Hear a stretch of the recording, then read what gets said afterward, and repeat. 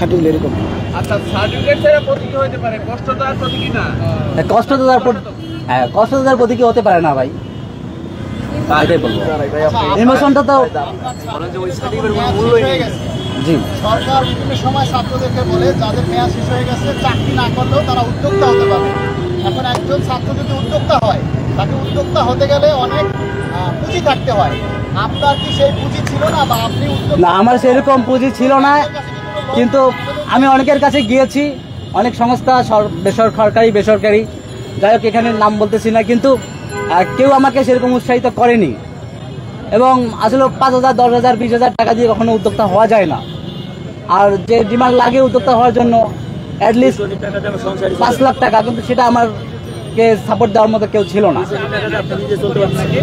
আপনার এই সার্টিফিকেটটা অর্জন, সেই অর্জনটা কি শুধুমাত্র গভর্নমেন্ট চাকরি করার জন্যই? না, অনেকের অনেক ধরনের প্যাশন থাকতে পারে। আমার প্যাশন ছিল, আমার ইচ্ছা ছিল একটা গভর্নমেন্ট চাকরি করা,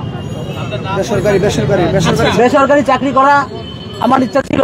কিন্তু এখন তো আর ইনভ্যালিড হয়ে গেছে, এখন আমি সরকারি বেসরকারি কোথাও আর যাওয়ার মতো আর পারবো না। আপনার কাছে আমার একটা প্রশ্ন আছে।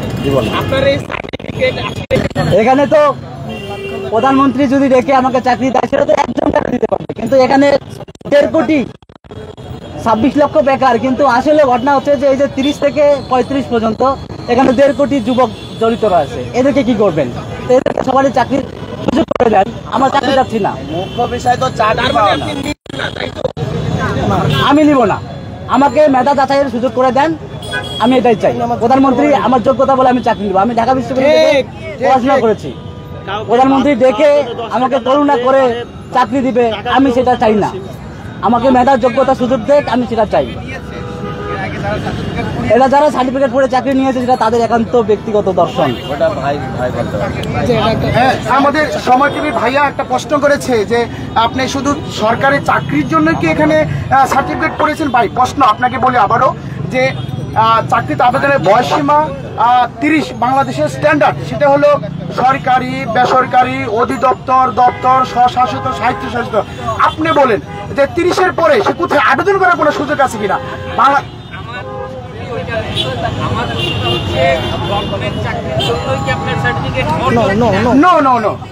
গভর্নমেন্ট চাকরির জন্য না। আপনারা বলেন যে এই সরকারি চাকরি পেছনে না ছেড়ে তুমি প্রাইভেট সেক্টরে যাও, ব্যবসা সেক্টরে যাও। আপনারা বলে থাকেন হ্যাঁ আপনি ব্যবসা সেক্টরে যাবেন। আমাদের মমিনুল ইতিমধ্যে বলেছে যে আমি বিভিন্ন সংস্থার কাছে গেছি, যেমন যুব অধিদপ্তর 50,000 টাকা দেয়। আপনি 50,000 টাকা দিয়ে তো বাদাম বিক্রি করতে পারবেন না। আবার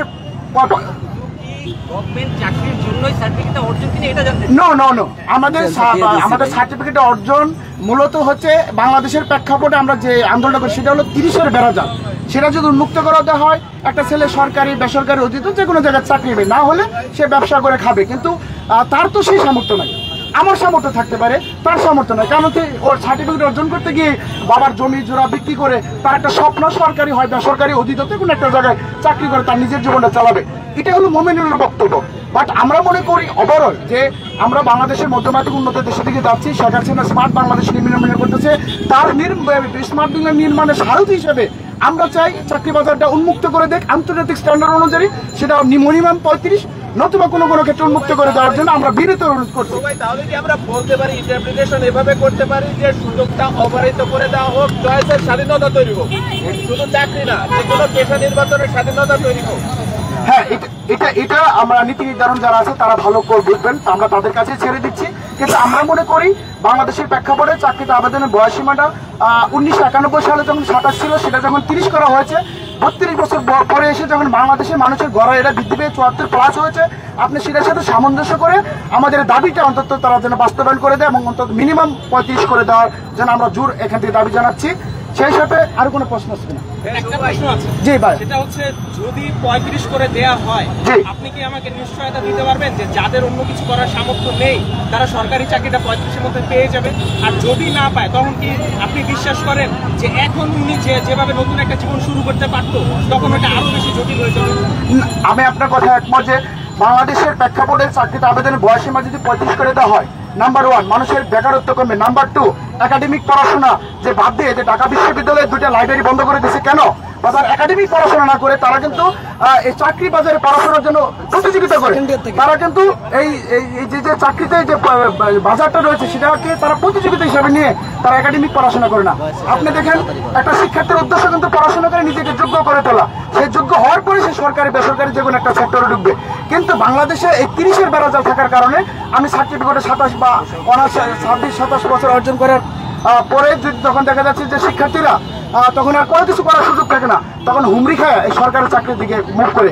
মুখ করতে করতে আর অন্য দিকে যাওয়ার কোনো সুযোগ থাকে না। আমরা ইন্টারন্যাশনাল বাজারেও যেতে পারি না, যেমন আমাদের প্রতিবেশী ভারত, তারা কিন্তু ইন্টারন্যাশনাল বাজারটা দখল করে রাখছে, কারণ তাদের দেশে কিন্তু 36 থেকে 45 পর্যন্ত চাকরি বাজার প্রবেশের সীমাটা। কিন্তু বাংলাদেশে এটা থাকার কারণে আমাদের সেই স্বপ্ন পূরণ হচ্ছে না। সুতরাং আমি মনে করি চাকরিতে প্রবেশের বয়সীমা 30 থেকে 35 করে দিলে, আপনি যে প্রশ্ন করেছেন সেক্ষেত্রে আমি মনে করি আমাদের বাংলাদেশ বেকারত্ব কমে যাবে এবং শিক্ষার্থীদের একাডেমিক পড়াশোনা মনোযোগী হবে, ডাক্তার হবে, ইঞ্জিনিয়ার হবে এবং কি বিজ্ঞানী তৈরি হবে, রিসার্চার তৈরি হবে, অবারিত হবে, বিষয়টার উন্নত হবে, মানুষের মেন্টালিটি ডেভেলপ হবে। এই যে 30-এর ভিতরে আমাকে সরকারি চাকরি নিতে হবে এই প্রবণতাটা মানুষের থাকবে না। সে হয় কোনো না কোনো একটা জব সেক্টরের সাথে ইনভলভ থাকবে। আপনি বিশেষের দিকে তাকান, আবেদন করে 3 লাখ।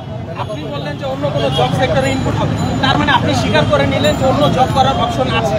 অবশ্যই জব করার অপশন থাকবে না। 35 হলে যে কোনো জায়গায় যোগ করতে চাই, আমি এখানে একটু যোগ করতে চাই ভাই। আপনি যেটা বারবার ইন্টারপ্রিটেট করার চেষ্টা করতেছেন যে শুধুমাত্র চাকরির জন্য আমরা এই আন্দোলন করছি। এই আন্দোলনটা আমি তানজির, এই আন্দোলনের সাথে আমি সাধারণ একজন ছাত্র। আমরা শুধুমাত্র চাকরি পাবার জন্য এই আন্দোলন করছি না, আমরা চাচ্ছি সুযোগটা অবারিত হোক, সেখানে আমাদের চয়েসের স্বাধীনতা তৈরি হোক। আমি যখন 26-27 বছরে অনার্স মাস্টার্স করে বের হচ্ছি, তখন আমার সামনে 3-4 বছর থাকছে, আমি তো চয়েস করার স্বাধীনতা আমার নাই। আমি প্যানিকড হয়ে যাচ্ছি যে আমি এই 26-27 বছর বয়সে আমার সামনে নিরাপদ অপশন যেটা, সেটার পেছনে আমি ছুটছি। আমার যদি সুযোগ অবারিত করে দেওয়া হয় তবে আমি এন্টারপ্রেনারশিপের চেষ্টা করব, আমি অন্য কিছু করার চেষ্টা করব। যে আমার সামনে সুযোগ আছে, সুযোগ না থাকার কারণে একটা মানে বৃহৎ একটা জনগোষ্ঠীর প্রোডাক্টিভিটি নষ্ট করতেছে এই বাইন্ডিং করে দেওয়ার মাধ্যমে 20 বছরে। ধন্যবাদ তানজিদকে। আর কোনো প্রশ্ন আছে আপনাদের? আপনার পরিচয়টা বলেন। হ্যাঁ, সুন্দর করে প্রশ্ন। আমার নাম হচ্ছে মোহাম্মদ মমিনুর রহমান।